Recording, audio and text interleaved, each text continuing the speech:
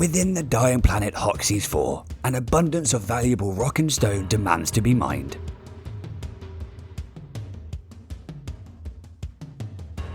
No one is better equipped to recover these minerals than the irresponsibly managed employees of the Deep Rock Galactic Mining Corporation. This series will provide new employees with essential knowledge to better survive the planet's unique and hazardous biomes, completing mission objectives with their lives intact. Welcome to A Dwarves Guide to Deep Rock Galactic, Part 3, Fungus Bogs.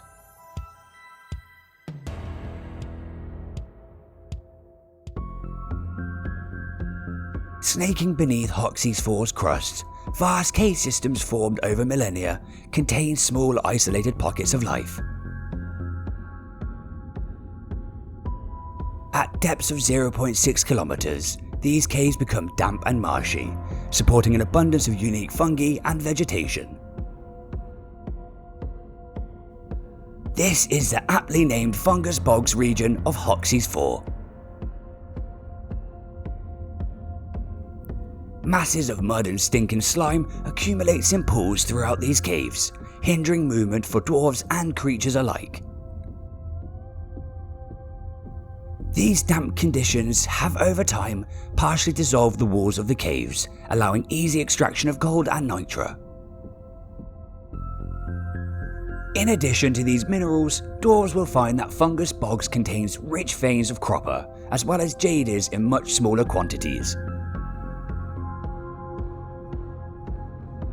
Though vacant of native animal life, this region of Hoxxes IV contains the most diverse variety of fungi found anywhere on the planet. Between each mushroom, a dense network of mycelium weaves throughout the rock, connecting each species to one another to share both nutrients and information. The Xenofungi genus is the most prevalent, with 4 individual species calling these bogs home. Grey bell and tall helmet mushrooms are the most common ground varieties, growing in small clusters surrounding 1 or 2 larger mushrooms at their centre. These mushrooms, like all xenofungi, are harmless, and in some cases, quite helpful. Clinging to the walls of the caves, the blue plateau species form strong natural ledges that can provide dwarves with access to hard-to-reach areas. The 4th species of Xenofungi is the largest of them all. It is white-stemmed, topped with a unique purple patterned cap.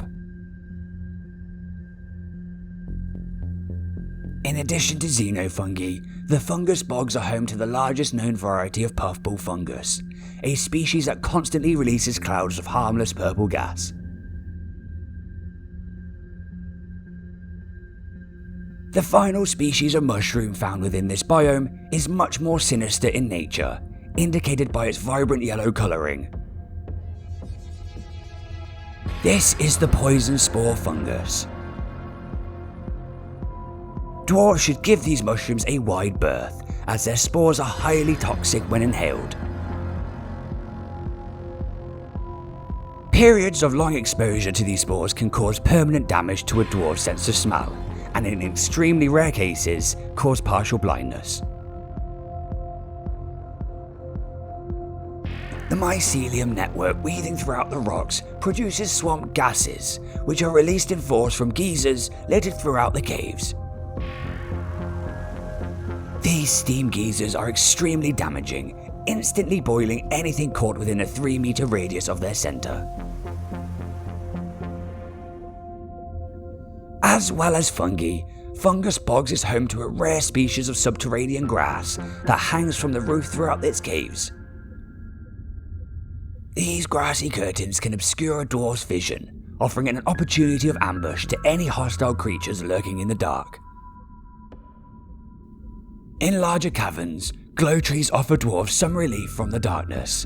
Once all 5 bulbs have been hit, with either a pickaxe or a bullet, they remain as a permanent light source.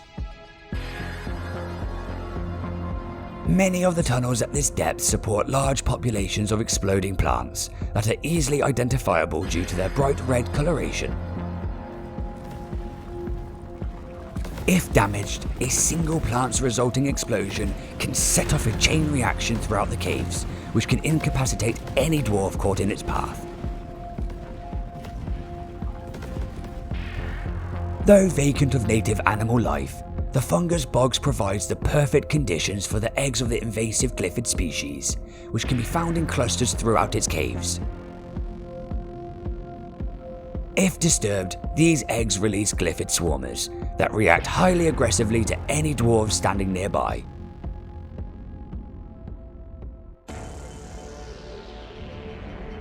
Stop kicking those barrels around, we're heading into part 4, Hollow Bough. Located at depths of 0.7 to 0.8 kilometers below the planet's surface, the Hollow Bough region boasts particularly large caverns, lined with rock and the limbs of ancient trees. Despite the rotting wood encasing much of the walls and floors, dwarves will find this region contains an abundance of jadis, as well as much smaller quantities of bismore. 4 unique species of lichen cling to the walls here, providing nutrients for the corpse feeder maggots that live inside the soft rock. These invertebrates are passive in nature and will retreat when they sense a dwarf approaching. Hollow Bough's cave floor is covered with a shallow layer of sandy soil that supports a diverse variety of plant life, including small thickets of thorny weeds. Though many of the plant species are harmless, there are a few aggressive varieties that dwarves should be aware of when exploring these caves. Bloated crimson vines clog many of the tunnels, their extendable white thorns inflicting damage when touched. A smaller variety of these, the creeper vine, is also studded with needle-like thorns, but will retract into the ground when damaged.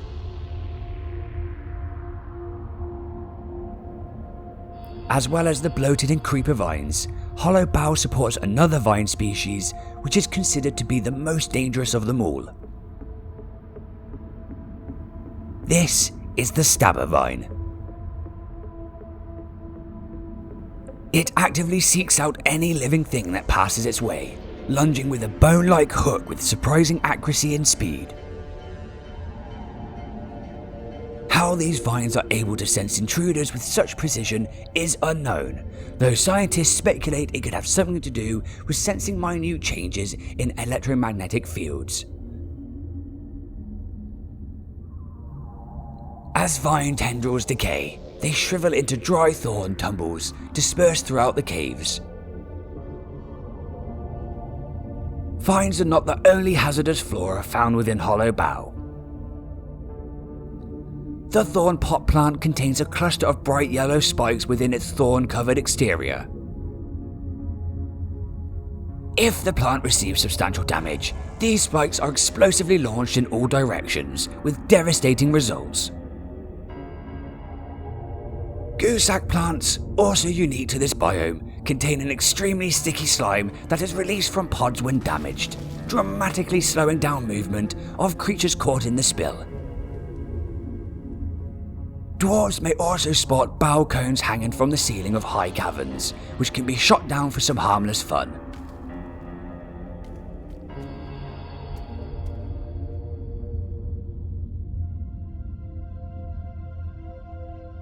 Understanding the natural hazards lurking within the varied biomes of Hoxxes IV is essential for survival, as every cave system is completely different. Join us next episode as we delve even deeper beneath the surface, exploring the ecosystems of the dense biozone and the crystalline cavern regions of the planet. Thank you for watching, and as always, have fun, stay safe, and leave no dwarf behind.